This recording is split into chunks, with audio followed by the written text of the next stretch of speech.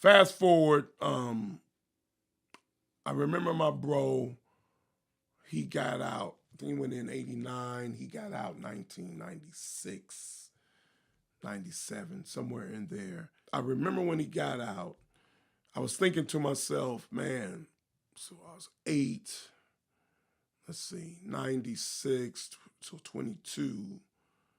So the last 14 years, he's been in and out of authority, right? And I'm thinking, like, man, he's been in and out of authority longer than me and him have been free on the outside and just hung as brothers. Like 14 years to 8 years, right? And so I know what was big to me was, okay, I hope this is it. And we're just going to build from here. And I'm going to finally, I'm going to get my bro. Because I need my bro. I'm going to finally get my bro. Like, I have other brothers and sisters, but this is my bro, right? This is the brother that my dad and my mom had together, me and him. So this is my bro, right?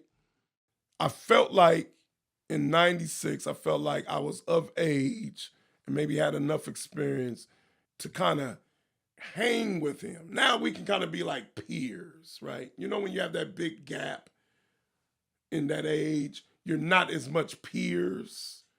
I was probably more so of a burden to him. Like I really couldn't hang, with him and his friends so much. But now, we kind of an age and peers. So I was determined, like, all right, he gonna roll with me. Hey man, hey roll. He can't say, hey roll. I'm pretty cool, man. I'm pretty cool. I got my little ride. I got my little rims, my system, and I'm pretty cool, man. Fast forwarded to 2001, 2002. And I'll never forget. I was going to work and I was going to drop my sons off to a family member's house who was going to keep them while I'm at work. And I get in the car, I leave my street, and I drive up the street, right? And I remember driving up the street,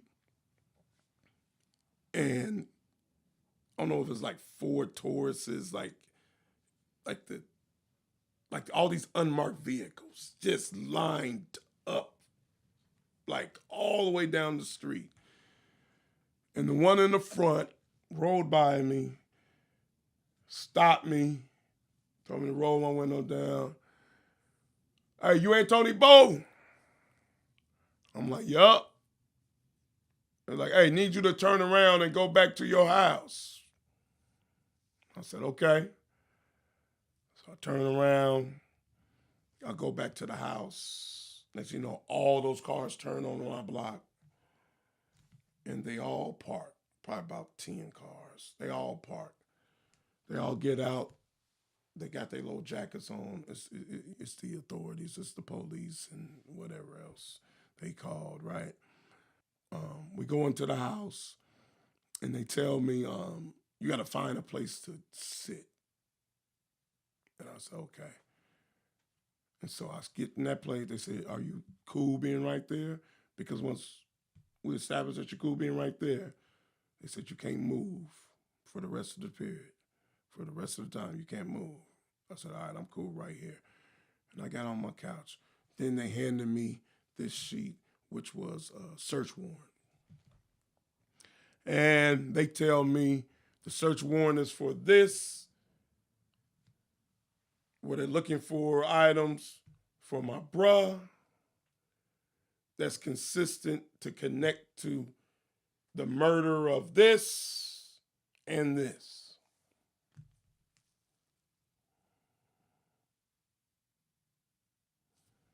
All I'm thinking about is all those years from since I was 8 years old is about to go all down the drain. All that little cycle. Remember, I had PTSD.